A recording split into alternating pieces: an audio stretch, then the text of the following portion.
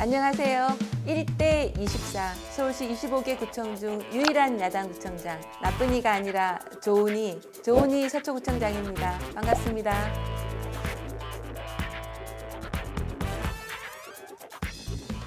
다른 구청장님 또 당이 다른 자치단체장님들과 교류를 잘 해오고 있습니다. 그런데 말씀 주신 것처럼 홀로 야당 구청장인데 어떻게 외롭지 않고 어떻게 힘들지 않겠습니까?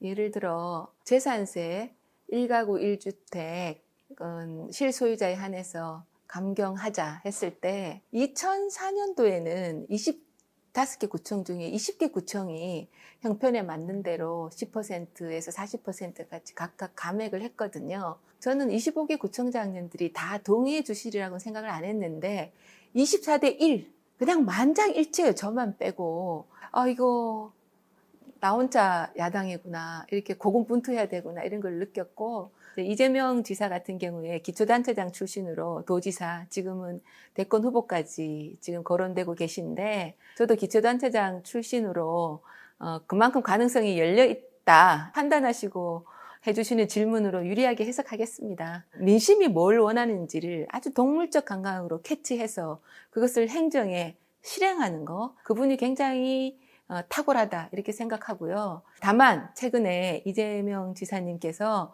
지역화폐에 대해서 다른 의견을 제시한 조세연구원의 학자에 대해서 조세연구원이 얼빠진 기관이다 이렇게 하신 것을 보고 자기와 생각이 똑같지 않는 다른 사람에 대해서 이렇게 밀어붙여도 되냐, 이게 현대판 이재명식 분석갱유 사건 아니냐, 대통령이 되면 이재명식 독재, 이재명식 분석갱유가 있지 않는가, 이런 우려를 하는 분들이 많고, 그 점에 있어서는 저랑은 스타일이 완전히 다르다, 이런 말씀을 드리겠습니다. 공석인 서울시장 자리에 출마하실 수 있다는 소문도 있고 또 적합한 후보가 될 수 있다는 의견들도 있는데 왜 그렇다고 생각하십니까? 네. 근데 확실한 거는요, 그 소문 제가 퍼뜨린 건 아니라는 겁니다.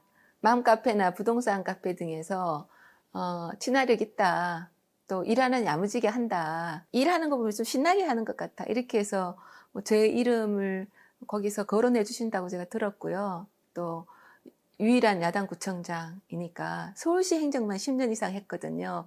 그러니까 당장 연습 없이 지체 없이 야무지게 잘할 거다, 이런 기대도 있는 것 같아서 그렇게 말씀해 주신 것 자체가 저는 너무너무 감사하죠. 이 서울시의 산적한 현안을 해결하고 이런 거에 대해서 저 같으면 어떻게 하겠다라는 비전은 있죠. 근데 저는 제가 서울시장 후보가 되어야 되는 생각을 한 번도 해본 적이 없습니다. 지금 민주당 출신의 박원순 전 시장님이 10년간 서울시의 리더십을 맡아왔기 때문에 전임 시장의 장점은 계승하고 단점은 고치고 새로운 비전을 제시하는 리더십이 나와야 된다. 그 리더십은 이제 국민의힘에서 나와야 된다. 이게 저는 모든 가치를 우선하는 제1의 과제라고 생각하고, 누구라도 그런 분이 되면 저는 돕겠다는 생각도 갖고 있습니다. 실제로 누가 어떤 분이 지금 내가 서울시장으로 나가겠다고 지금 공개적으로 얘기하신 분도 아직 없기 때문에 제가 그런 거를 얘기를 한다는 것 자체가 굉장히 저의 선을 넘는 거라고 생각을 합니다. 다만 다음 서울시장 임기가 14개월인데 14개월 동안 배우다가 끝날 수도 있는 그런 리스크가 있거든요. 유력한 정치인이 더 큰 꿈으로 나가기 위한 징검다리가 아니고, 거쳐가는 경유장이 아니고 종착역, 서울시가 마지막 공직이라고 생각하는 분이 서울시장이 되시면 참 좋겠다, 이런 바람은 갖고 있습니다.